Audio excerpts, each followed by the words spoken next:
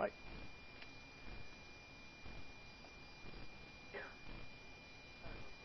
Yes.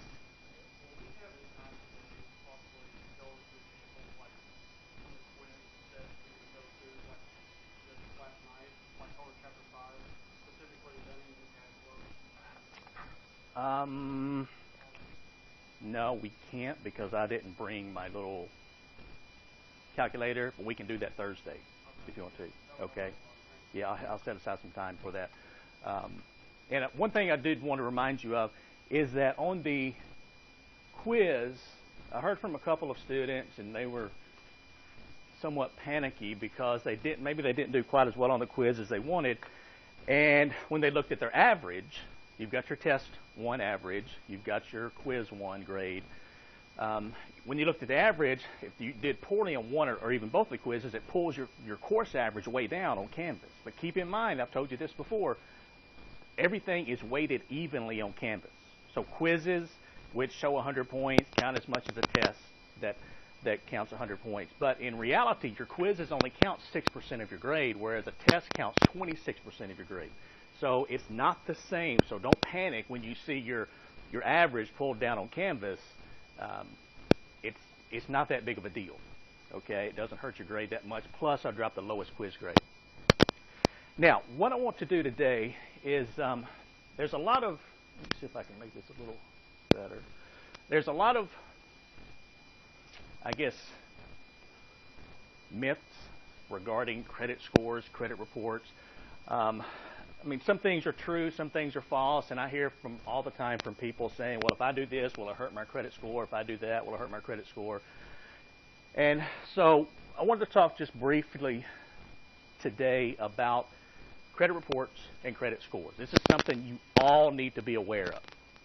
Unless you are independently wealthy and never, ever plan on borrowing money, you need to know something about credit scores and credit reports. Now, the number, as we go through this, you hear a lot about credit reports, and basically there are three major credit reporting agencies, but there are others also, but these are the three big ones. And these operate all over the United States. Now, the thing is, not all three of these credit reporting agencies have information on you. Some may be more popular on the West Coast, some may be popular in the South or the East Coast or whatever, but TransUnion, Equifax, and Experian are the big three, and some may just have credit information. You know, one of them may have credit information on you. All three of them may have credit information on you. And so when you're looking at your credit reports, as we'll see in a minute, you can get one free credit report each year, each of these three credit reporting agencies. The free credit report does not contain your credit. It just has information on accounts. If anybody's tried to open an account, if you see something unusual, I mean, it's a really good way to identify identity theft and that type of thing, or also mistakes.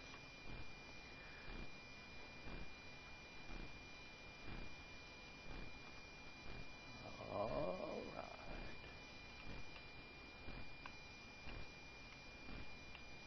This is not a good computer day. That may be the only slides you get. Let's try it again.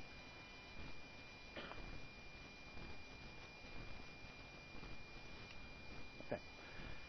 Now, in addition to the three major credit reporting agencies, you hear the term FICO thrown around a lot when it comes to borrowing money. You know, what's your FICO score? And the letters, FICO, that stands for Fair Isaac Corporation. And it's kind of a strange name. There's nothing really magic about it, though. It's basically named after the two founders, whose last names were Fair and Isaac. Started in 1956. It's been around a long time. And your FICO score basically is a measure of your credit risk. And that's the thing to keep in mind when you're looking at your credit score. And I'll talk about this a little bit later, but it doesn't, for example, if you have a bad credit score, it doesn't mean you're a bad person. Okay, a lot of times in our society today, when it's so debt-driven and we borrow money for almost everything, we almost come to place our worth as a person based on our credit score. Okay? And it's not like that. Your credit score is not a measure of you as a person. It's simply a measure of you as a risk to a lender. So if you've got a low credit score and you're trying to improve it, what that does is that shows what you've done in the past. And it takes a while to build up your credit score. Now, I will tell you, it doesn't take long to pull down your credit score. So just like anything else in life, a few bad decisions can ruin an entire lifetime of work trying to build up your credit score, your reputation, whatever it might be. And for FICO scores, they typically range from 3 to 850, although we'll see some other measurements in a minute. FICO is not the only company that does this. And if you want to know more about, this is actually just a small video, so if you go to this link, you can watch this video. It's actually a pretty good little video. Now, the difference between a credit report and a credit score. A credit report is simply a list of information in your credit file. So things like, where have you borrowed money? How much have you borrowed? What credit limit do you have, for example, on a credit card? How often have you paid your credit cards on time, or how often have you been late on your payments? Also things like who's pulled your credit report. If you go car shopping, for example, and you go once a month for 4 months, and they want to pull a credit report on you each time, well, it depends on kind of who's reporting this, but every credit inquiry can actually reduce your credit score. So you have to be pretty careful about that. Also, any addresses. For example, I pulled mine, and it showed my last 5 addresses, I believe. So it wants to know, where have you been? Also, your employers. Where do you work? That type of thing. And then there's other details of public record. Now, this is the important thing here. This is what I would like to see you do if you get the chance. Is under federal law, you get 1 free copy of your credit report every 12 months. This is where you go to do this. Now, if you just type in free credit report in a search engine, it's going to take you to 50 different sites, most of them wanting to sell you something.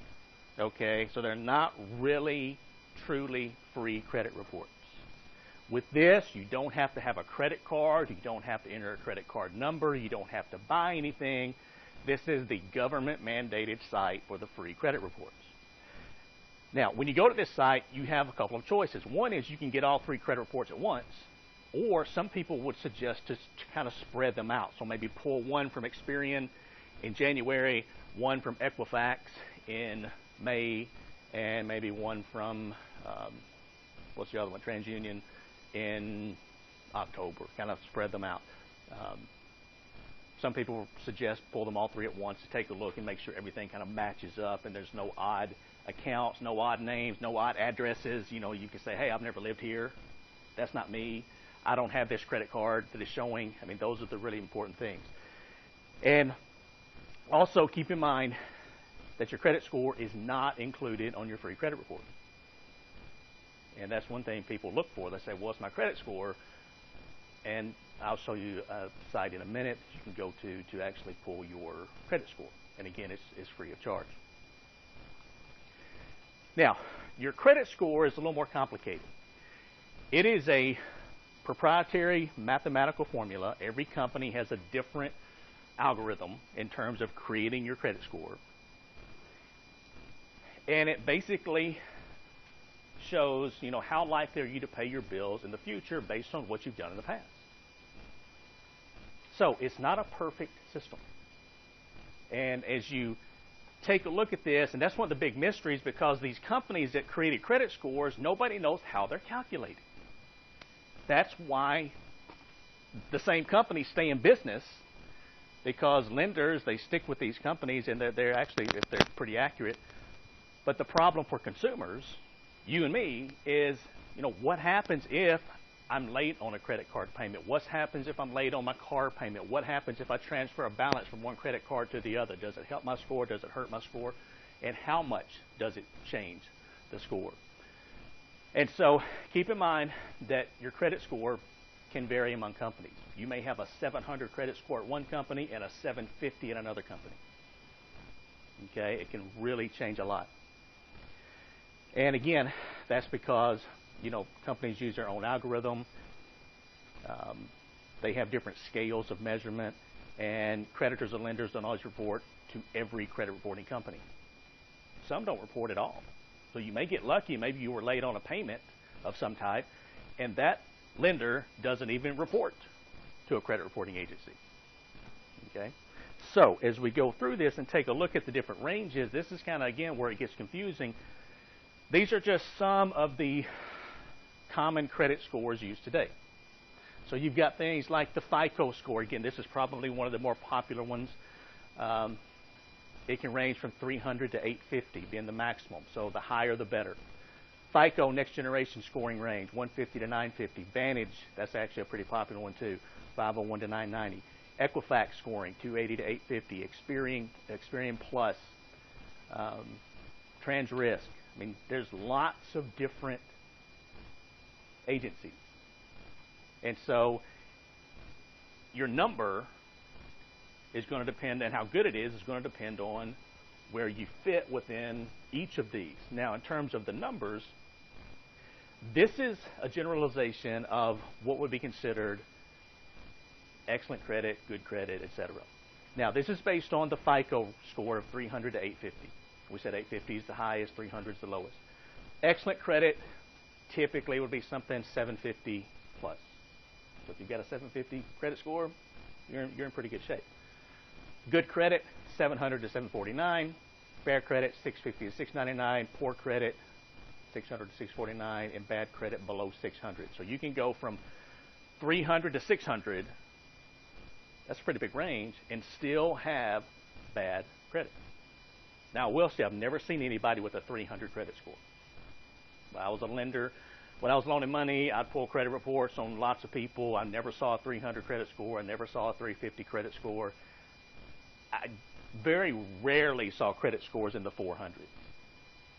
I mean, in all honesty, you really had to screw up bad lots and lots and lots and lots of times to have a credit score in the 400s. But even if you have, it doesn't mean you can't improve it. It's just going to take a while to get that number up. And again, these can change from lender to lender. So, one company may say, okay, the lowest credit score we'll use to make a loan is 650. Another score may loan at 600.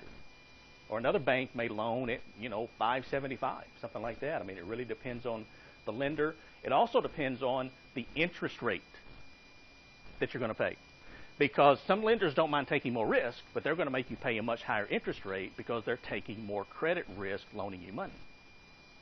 So the higher your credit score, the lower the interest rate that you can receive. And as we look in Chapter 5, when we talk about buying a house, I did some calculations, and you could save yourself, based on the highest to lowest credit scores, you could save yourself on one home purchase up to $90,000 in interest based on a high credit score versus a low credit score. $90,000 savings. That's a pretty good reason to try to maximize your credit score. And this just kind of sums up, again, what is a good credit score? Why is it helpful? Allows you to get loans. Lower insurance.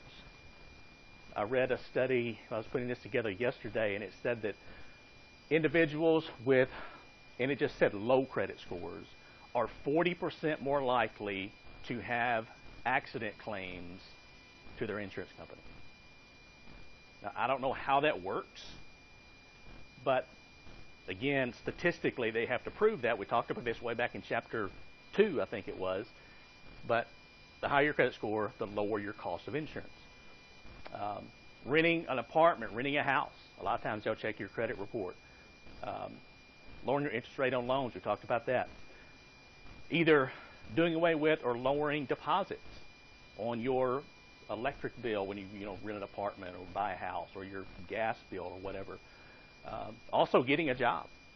Now, not all employers are going to pull a credit report, but if you want to go to work for a bank, they're going to pull your credit report because they're going to want to see, can you handle your own money? Because if you can't handle your own money responsibly, they don't want you handling their customers' money.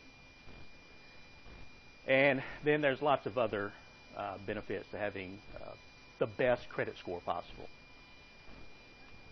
Yes?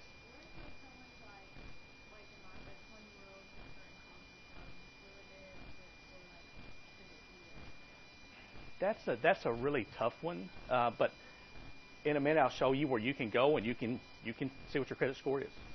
I know what it is, but I'm saying like for someone like my age and like all they have is kids, like where their kids range for them to get. I know it's not going to be excellent, but Hold that question for just a minute, okay? Because I'll show you a website where you can actually compare your score to other people within your age range, and it'll let you see in what percentile you fit, okay? All right, credit scoring, again, we've gone over some of these, but things like your payment history, late payment, collection items. Collection items are simply if you stop paying on your car, for example, then it will be sent to a collection agency or a repossession agency, and that's when they try to collect the debt one way or another. Available credit. So let's say you've got a credit card that has a $10,000 balance, but you only have $100 charged on that credit card. Well, the credit scoring agency, they don't just look at the $100 that you have charged. They look at how much can you charge on that credit card. And so that's an additional $9,900 that you could go out tomorrow and max out your credit card. So really high credit card balances, or excuse me, limits, they kind of make you feel good because you're thinking, okay, you know, I can really spend a lot of money if I want to. Apparently I'm doing something right. Maybe your income's really good or your credit score's really good. But that can also hurt you because you can go out and charge up everything. You can max it out and then not pay it back. Public records, bankruptcy, judgments against you, wage garnishments, all of that have serious negative effects on your credit scores. The length of your credit history. What they do typically is they'll take an average length of your credit history. So you may have one credit card. For example, I looked at mine. The average credit history that I had was something like, I don't know, it was 9 years, maybe 10 years. And I'm thinking, wait a minute, I've had credit cards and loans a lot longer than that. But what they do is they take your longest credit history, which may be 25 years, and your newest credit history, which maybe I opened a credit card last month, and they simply average those. So apparently I had something like one that's been open 20 years, one that might open last year, and they just average it. So that's what it means when it talks about your credit history. And again, the longer your credit history, the better your credit score. And then taking on any new debt. Opening accounts, this is the inquiries that I've talked about by maybe car dealers or whoever. Now, this is a website that I would strongly suggest you going to if you want to know your credit score. And again, because it is free. You've probably seen the commercials on TV, creditkarma.com, and you don't have to have a credit card. You don't have to buy anything. Now, they do have advertisements there. That's how they pay for these things. And they have suggestions. So you will, once you open up an account, then it will give you suggestions of maybe, you know, here's a good credit card for you, or here's this or that. So they try to sell you things, but you don't have to buy any of that stuff. If you just use it for a source of information, I mean, that's typically what you would want to do. And it's also a good way to look for identity theft, because you can look at accounts, you can look at all kinds of information, and if you see something that's not right, you need to talk to a credit reporting agency quickly to get that straightened out, because it can make your life a nightmare trying to convince somebody, no, I did not buy a new car in California. Okay, well, how do you prove that to somebody who's not even here, that's, you know, in California, for example? And then there's other credit score estimators. Credit.com is one. Again, just be careful what information you give them. because you don't want to be buying things accidentally. You don't want to be signing up for credit protection if you don't need it accidentally. So just be really careful as you go through this. All right, now, creditkarma.com. What I'll do is I'll look at some different scenarios that can improve or hurt your credit score. And keep in mind that the results that I'm showing you here are going to vary a lot. What I'm doing is I'm pulling up my account, okay? And my account's going to be different than anybody else's. So just because I make, if I show you one decision that improves or my credit score or makes it worse, it won't have the same effect on yours because of differences in things like credit history, income, outstanding debt, available credit, etc. And again, this is one thing that I really want to make sure people understand is your credit score, as I talked about earlier, that doesn't mean you're a bad person if you have a low credit score. If you've got a great credit score, it doesn't mean you're a good person. It's simply a measure of the risk in terms of loaning you money. That's all it is. But we get really bent out of shape over maximizing credit scores, credit scores going down, that type of thing. So you need to know about it, but it's not just a huge deal. Especially if you get to the point, if you follow, for example, Dave Ramsey. Anybody heard Dave Ramsey on the radio? Okay, so several of you have. He's a big no debt person. So he has a radio show. He is, no debt anywhere except for maybe a house. Well, he will tell you all the time on his show, he doesn't care what his credit score is. It doesn't matter because he doesn't borrow money. He pays cash for everything. And if you can get to that point, then okay, that's great. But for most people, it's going to take a while to get to that point. So maintaining a good credit score while you're working your way to that point would be the wise thing to do. Now, in terms of Credit Karma, let's see here. Oh man, this is why I went through this. Okay. We're going to have to go through this the long way. I was trying to shorten this up by opening all of this.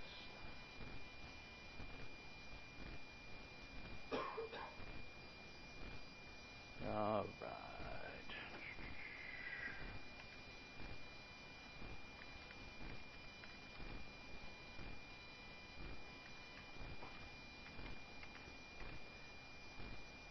Hopefully the password won't show up.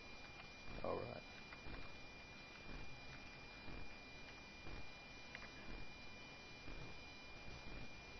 They actually have something on here where they have a study by, did it not go through? Oh, yeah, okay. All right, so.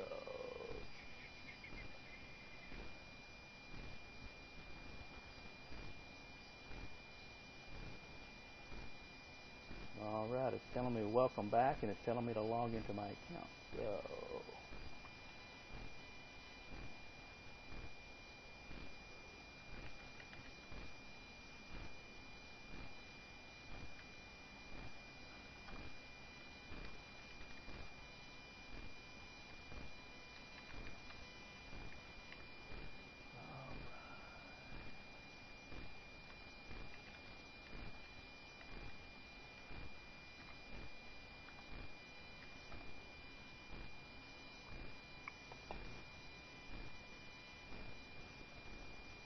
It actually has a comparison on here of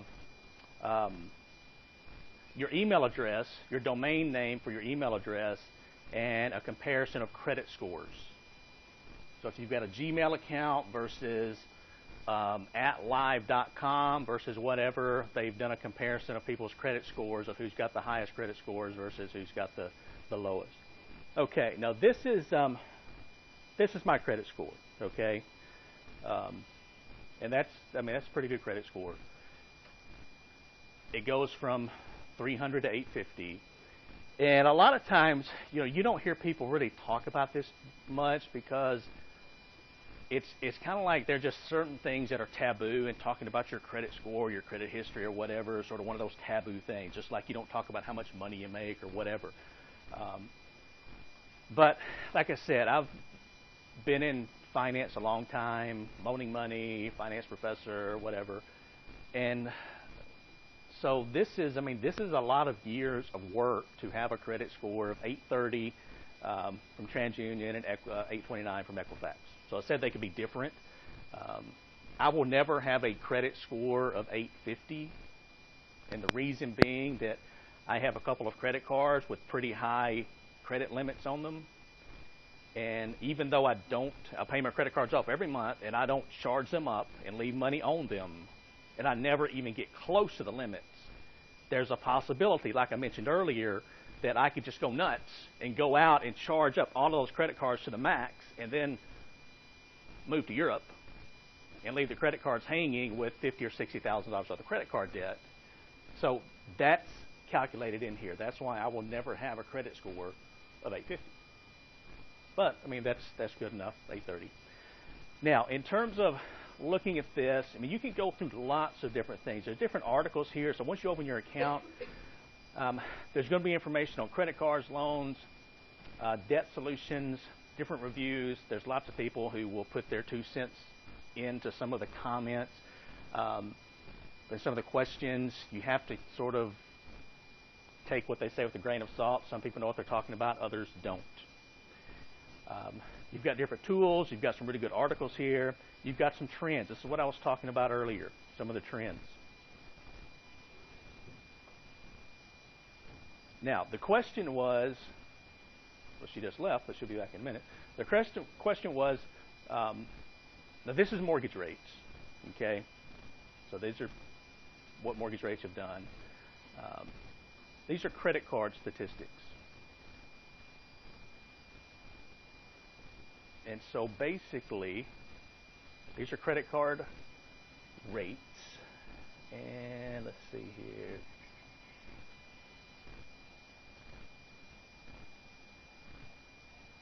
What page? Okay, there's some of the comments. Where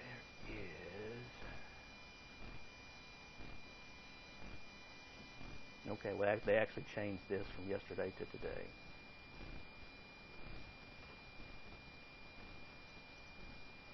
But credit card interest rates,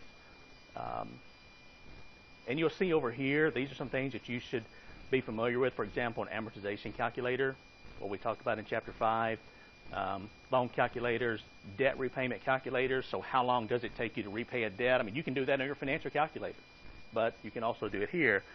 Home affordability calculator, so how much house can you afford based on your credit score and your income. Now, I will tell you that typically most home affordability calculators are very lenient. And you normally do not want to borrow as much as a bank tells you you can borrow, because you're going to be able to make the payment on your home, and that's about it. You won't be able to eat out.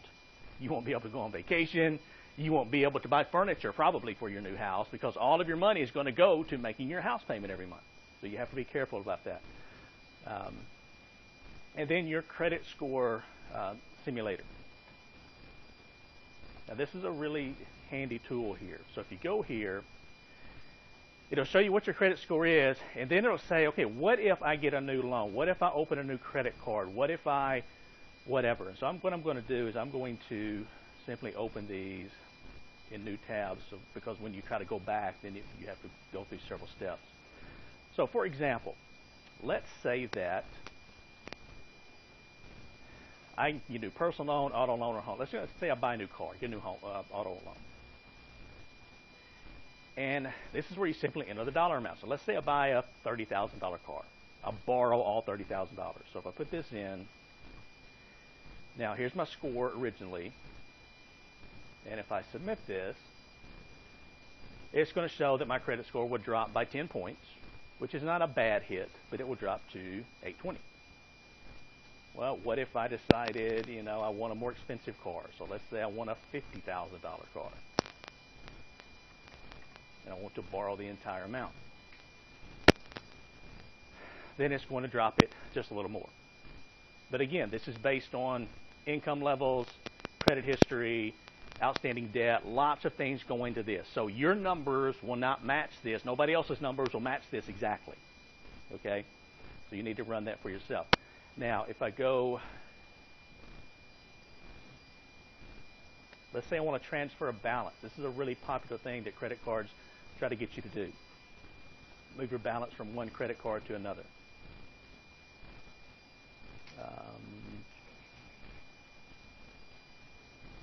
Okay, so let's say I want to transfer, I've got $5,000 on a credit card. I want to transfer all $5,000 to a new credit card.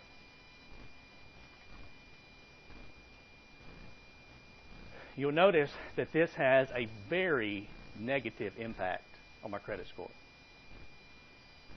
Transferring $5,000 drops it from 830 to 751.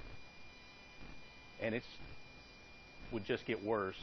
I mean, even if I transfer $500,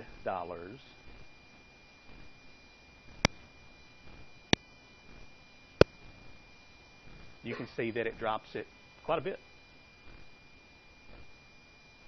Now again, this doesn't mean that it's always going to have this negative impact maybe on yours, but what a lot of times happens is when people transfer balances is they're simply moving money around to different credit cards because they can't pay the credit cards off or they can't make the payments.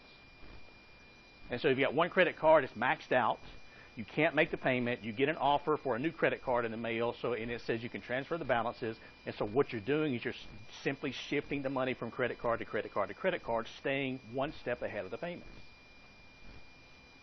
Okay, so that's what happens a lot. That doesn't mean that's what maybe you're just transferring balances to a 0% credit card because you want a new credit card.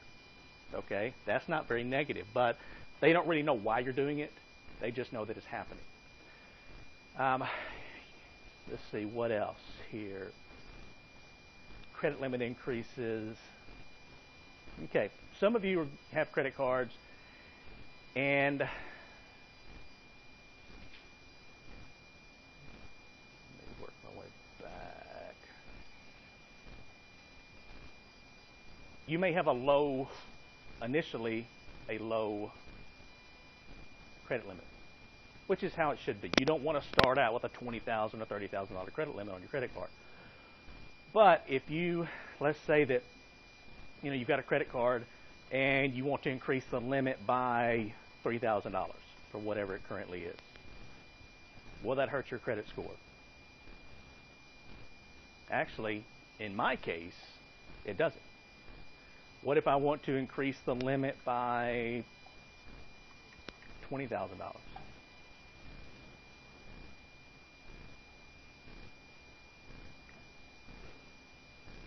Is thinking about it. Is trying to decide if that's a good idea.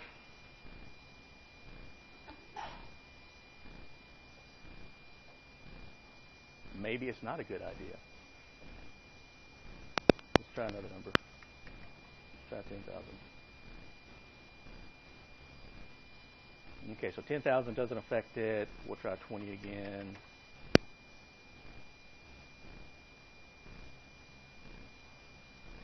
It just doesn't like 20.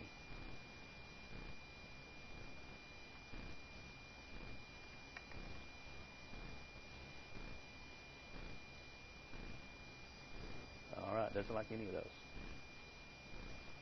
But what you'll notice is, for some of you especially, when you increase your credit limit, sometimes it will actually increase your credit score. And this one's not going to show it, but so if you go from a credit limit of 500 or 1,000 on your credit card to a credit limit of 3,000, what that's showing typically is that the credit card company trusts you enough to increase your limit. And so that would actually increase your credit score. But it doesn't work that way for everybody. What else? What are some other negatives? Past due. Increase your balances. This one's a pretty interesting to see. All right, this is not going to work really well. I've got $56 on my credit card. What if I increase it? I mean, let's get crazy here. I can borrow up to $66,500. So what if I increase it to $32,819?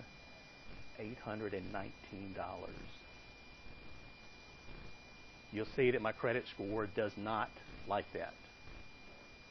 And this is what I was talking about earlier. You know, I might just go out, have a midlife crisis, and go out and charge up $66,500 worth of stuff tomorrow.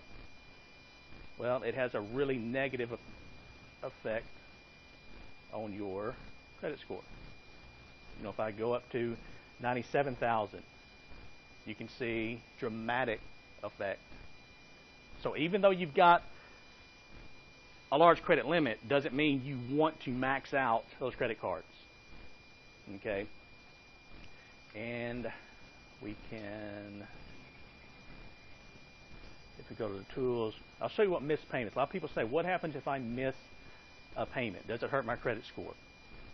Well, missing one payment can have a negative effect on your credit score. Okay, so let my accounts go past due. So this is for one account, and let's say it's just 1 month past due. You can see it has a pretty significant effect. What about if we go 2 months past due for just one account? You can see it drops it to 668.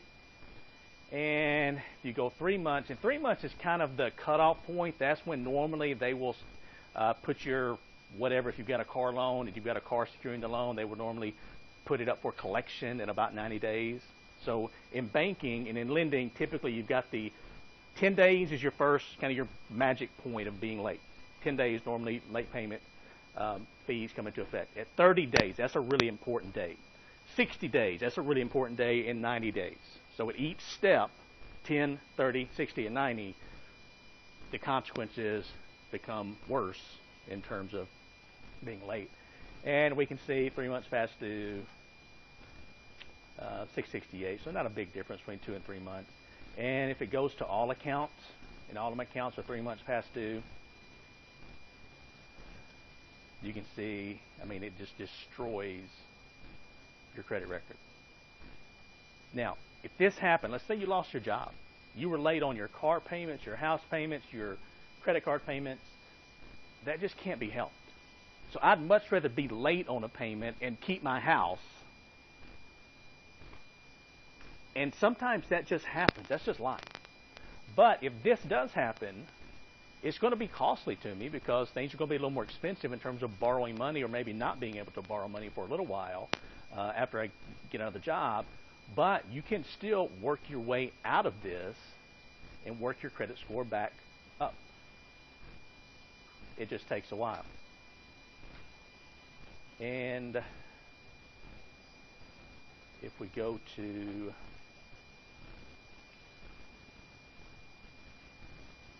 what else do we? Now there's other situations here. For example, if you don't pay your taxes, very, very negative effect on your credit score. So you need to pay Uncle Sam when income tax time rolls around. If your house goes into a foreclosure, that's going to be a big negative. You can, if you have an account sent to collections, again, a big negative. Or if you have your wages garnished for some reason, maybe you're not paying child support, or you've got back taxes, your wages are being garnished, whatever it might be. But again, lots of scenarios here. You know, here's if you have a credit application denied. And really, and again, with a maximum of 850, if you've got an 830 credit score, there's not a lot of upside. But if you've got a lower credit score, you can actually see some things that will help your credit score increase. Okay, most of these that we showed push my credit score down, but you can actually see some things that can push it up too. And so this is a really good thing because for years, again, as I talked about earlier, it was just a mystery. What increases your credit score? I'd have customers come in all the time, bank customers, ask me, okay, how can I increase my credit score? What if I do this? What if I do that? I had to simply make a best guess of what I thought was going to happen because nobody knew what was going to happen. And if they did, guess what? FICO couldn't sell credit scores. And they make a tremendous amount of money selling credit scores to lenders. So if let's see what else we have here. Again, you've got some trends here that you can look at, interest rate trends. Got advice over here.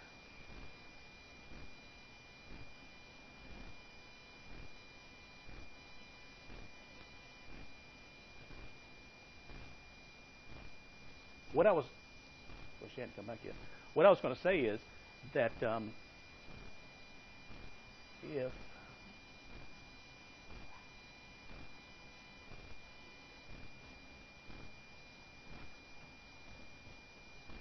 okay, let's take a look at this credit score trends. This is what I was looking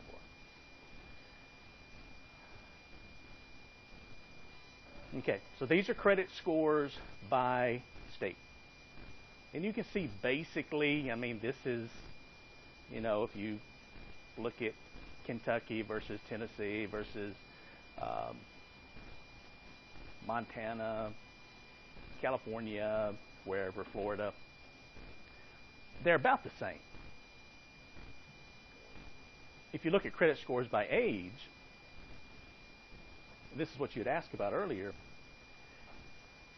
you can see them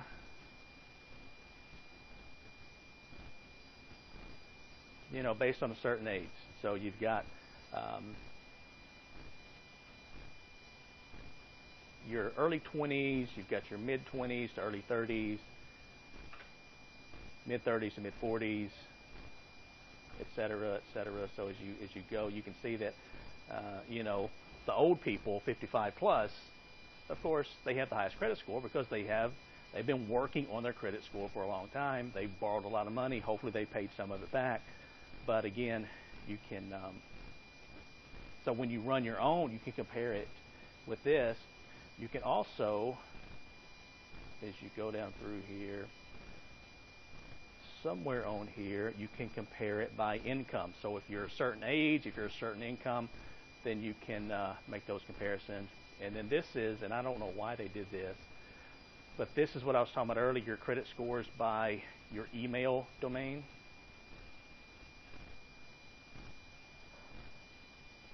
So I don't know what this proves, but if you've got a Yahoo account versus a Gmail account versus whatever, it shows the average credit score.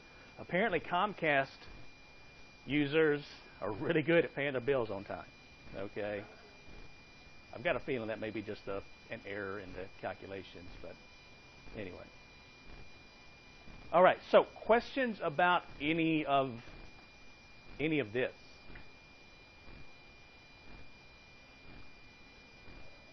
Questions, comments? Yes.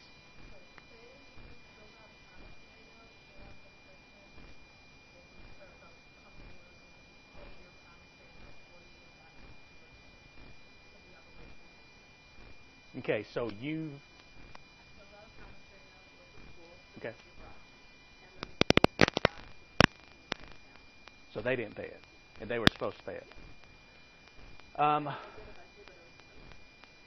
What I would do is you should probably contact, if it shows up on your credit report, you should contact and dispute that and possibly get something from the school stating what happened, and you can eventually get that taken off of your credit report, but it may take a while.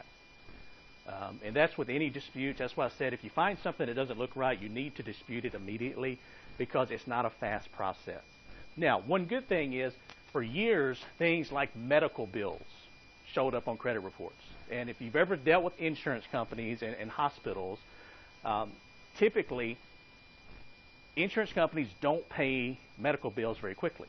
And so it could easily be 30 or 60 days past due before the insurance company pays, and guess what? It shows up on your credit report. But as of 2015, they have now passed laws where items like medical bills will not hurt your credit score.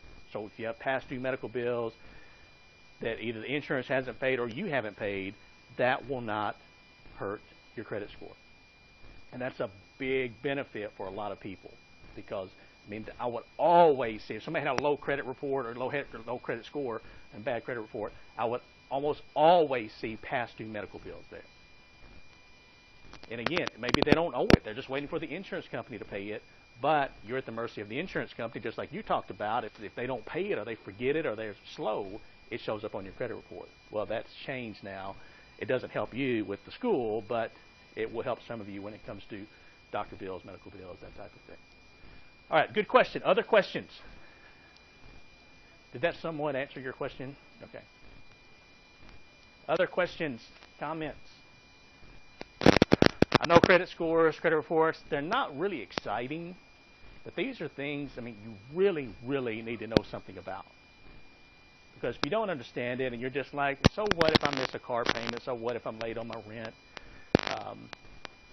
Because your landlords, now, a lot of landlords have to start reporting to credit reporting agencies, whether you're late with your rent or not. So paying your cell phone bill on time, really important. Paying your rent on time, these things can affect your credit score also. All right, so any questions? All right. That's all we're doing today. So on Thursday, we will work on some of the questions that you have, and we will continue with Chapter 8. And we probably need to start thinking about a second test date coming up in the somewhat near future. All right, everybody have a good day. Hopefully, a lot of you can show up for this afternoon, and I will see you on Thursday.